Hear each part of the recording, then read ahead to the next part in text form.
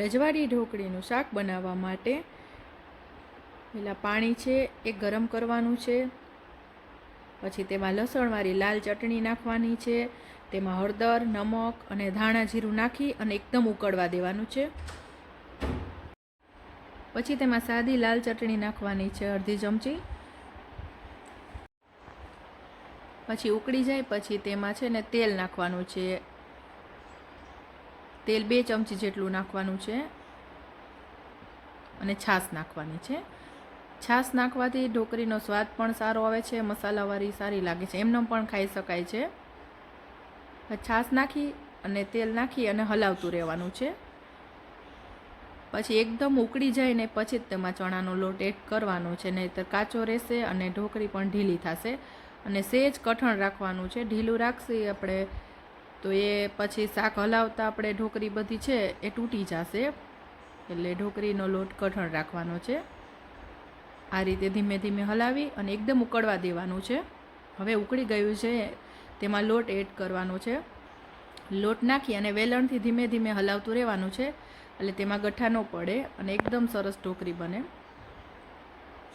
આ રીતે ધીમે ધીમે હલાવતું રહેવાનું છે.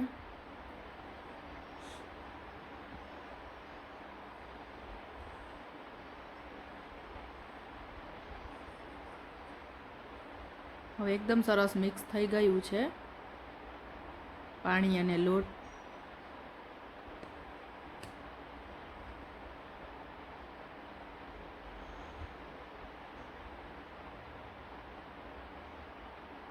ગેસ છે એ ધીમો રાખવાનો છે.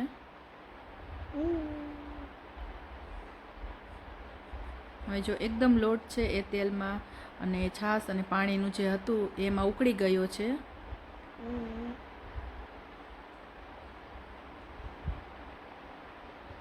હવે ડીશમાં થોડું તેલ નાખી અને એ બધું હલાવી અને એના ઉપર આપણે આ છે બેટર એમાં નાખવાનું છે ઢોકળીનું.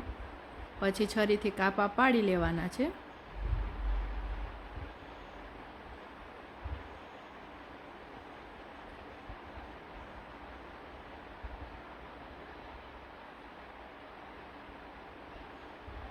આ રીતનું કઠણ હશે એટલે ઢોકળી એકદમ સરસ બનશે.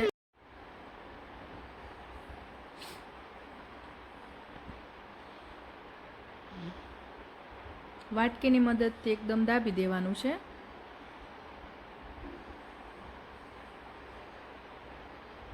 જો એકદમ સોફ્ટ અને સરસ ઢોકળી બની ગઈ છે.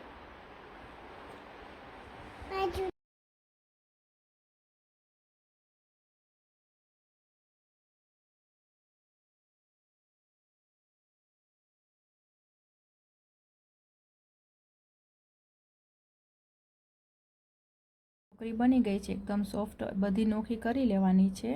પછી તેલ ગરમ થાય તેમાં રાઈ, જીરું અને બાદિયા, તમાલપત્ર અને લવિંગ નાખવાના છે. પછી તેમાં હિંગ નાખી, મીઠો લીમડો નાખી, પછી તેમાં ડુંગળી અને ટમેટાને વઘારવાના છે.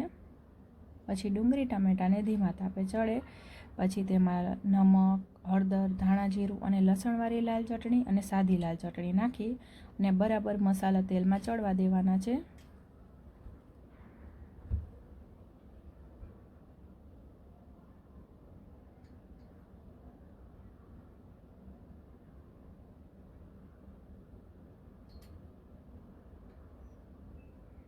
હવે સરસ ચડી ગયું છે તેમાં પાણી નાખી અને ઉકળવા દેવાનું છે. પાણી થોડું વધારે નાખવાનું છે. ઢોકળી નાખ્યા પછી એ પાણી ચૂસી લે છે એટલે પાણી વધારે નાખવાનું છે. પછી તેમાં ઢોકળી નાખી અને ધીમે હલાવવાનું છે. હવે લોટ કઠણ હતો એટલે ઢોકળી આમાં તૂટવાની છે નહીં, આ રીતે સરસ સોફ્ટ જ રહેવાની છે.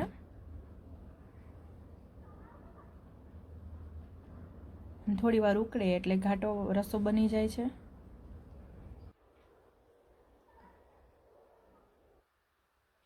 હવે ધાણા નાખી દેવાના. જો તમને મારી આ રેસીપી ગમી હોય તો મારી ચેનલને સબસ્ક્રાઈબ કરજો. આ શાક ખાવામાં એકદમ ટેસ્ટી અને દેખાવમાં પણ સરસ લાગે છે.